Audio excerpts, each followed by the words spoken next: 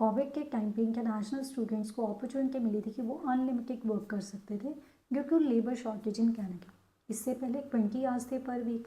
इसके बाद इस साल 2024 में, क्योंकि ये फुल ऑफ चेंजेस रहा है फॉर इंटरनेशनल स्टूडेंट्स, काफ़ी स्ट्रिक्ट मेजर्स लिए जा रहे हैं इंटरनेशनल स्टूडेंट्स के लिए, तो उसमें एक चेंज ये रहा है कि इंटरनेशनल स्टूडेंट्स के जो अनलिमिटेड वर्किंग आवर्स थे वो ख़त्म हो गए।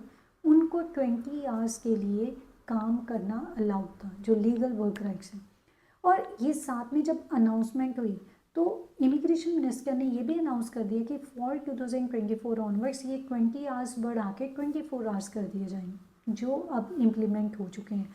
नो डाउट फॉल और नवंबर के महीने में, मतलब हम लोग एक्सपेक्ट करते हैं सितंबर में फॉल शुरू होता है, तो अभी तक थोड़ा डिले हो गया, बट स्टिल इंटरनेशनल स्टूडेंट्स को फ़ायदा ये है कि वो अब 24 आवर्स काम कर सकते हैं। अब इसमें कौन से स्टूडेंट्स काम कर सकते हैं ये जानना ज़रूरी है, और क्या काम कर सकते हैं ये भी जानना ज़रूरी है। सबसे पहले जो स्टूडेंट्स फुल टाइम स्टडी कर रहे हैं, जैसे वो किसी DLI में पढ़ रहे हैं, जो डेजिग्नेटेड लर्निंग इंस्टीट्यूट रहता है कनाडा में, चाहे वो कॉलेज हो चाहे यूनिवर्सिटी हो, उनका प्रोग्राम 6 मंथ्स या ज़्यादा का होना चाहिए।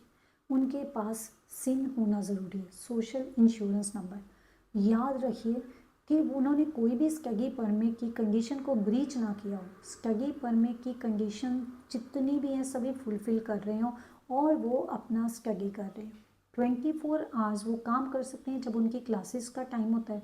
ब्रेक भी रहती है कनाडा में जब स्टूडेंट्स पढ़ते हैं, तो जब उनका एक सेमेस्टर ख़त्म होता है मोस्ट ऑफ द टाइम 2 महीने का उनको ब्रेक मिल जाता है, तो उस टाइम पे वो अनलिमिटेड वर्क कर सकते हैं।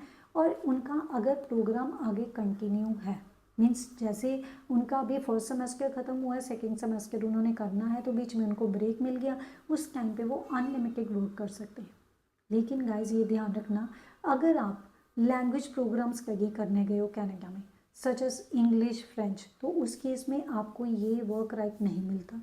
दूसरे वो कैटेगरी के स्टूडेंट्स जो कनाडा में जाते हैं, पढ़ते हैं, अपना प्रोग्राम शुरू करते हैं, ड्यू टू सम रीजंस वो लीव पे चले जाते हैं, जिसको ऑथराइज लीव भी बोला जाता है, तो उस केस में वो काम नहीं करेंगे, ये ध्यान में रखना है। ऑथराइज लीव नो डाउट आप कॉलेज को इन्फॉर्म करते हो, मैं सजेस्ट करती हूँ कि IRCC को भी ज़रूर इन्फॉर्म कीजिए, ताकि आपको आगे PGWP या PR की एप्लीकेशन में कोई इशू नहीं आएगा, क्योंकि इस टाइम पे IRCC अपडेट ले रही है कॉलेजेस से रिगार्डिंग उनका स्टेटस क्या है। और अब ऐसा उनकी वेबसाइट पे भी है कि वो मेल भी करेंगे स्टूडेंट्स को उनका स्टेटस जानने के लिए, तो कुछ भी आपको पूछा जा सकता है आपके study visa regarding, study permit regarding, आपकी स्टडी रिगार्डिंग, तो ये आपको चीज़ें वर्क के रिलेटेड भी ध्यान में रखनी है। अब स्टूडेंट्स आप काम क्या कर सकते हो, जो वहाँ पर स्टूडेंट्स को काम मिलता है, जो आपको जॉब है आपके पास या आपकी जो स्किल्स है उसके अकॉर्डिंग आप काम कर सकते हो। मल्टीपल जॉब्स करना चाहो मल्टीपल भी कर सकते हैं, ऐसा कुछ नहीं कि आपने एक ही एम्प्लॉयर के पास काम करना है। दूसरा, आपका अगर एम्प्लॉयर कैनेडियन है, आप रिमोट वर्क कर रहे हो, मतलब वहाँ पर जाके नहीं, घर बैठे ऑनलाइन काम कर रहे हो, तब भी आपका इसमें काउंट होएगा, तो ये चीज़ भी ध्यान में रखनी है। अब स्टडी परमिट एक्सटेंशन कई बच्चे डालते हैं, जब आपने स्टडी परमिट एक्सटेंशन डाला तो आपके पास काफ़ी टाइम होता है जब तक आपका वीज़ा डिसीजन नहीं आता, तब भी आप काम कर सकते हैं। तो आपका स्टेटस जो हो जाता है ना, वो इम्प्लाइड स्टेटस होता है, प्रोवाइडेड आपने एक्सपायर होने से, मतलब जो आपका स्टडी परमिट है ना वो उसकी एक्सपायरी से पहले आपने अप्लाई कर लिया हो, ये ध्यान में रखना, ये बहुत ज़रूरी है। सो गाइज होपफुली वीडियो रहा इन्फॉर्मेटिव आप लोगों के लिए। इंटरनेशनल स्टूडेंट्स अगर आप जा भी रहे हैं तो इस चीज़ को ज़रूर ध्यान में रखिए, और गाइज वीडियो को शेयर ज़रूर कीजिए दूसरे बच्चों के साथ, ताकि उनको ये कॉन्सेप्ट क्लियर हो जाए कि किस तरीके का काम वो कर सकते हैं और कौन से स्टूडेंट्स एलिजिबल रहते हैं काम के लिए।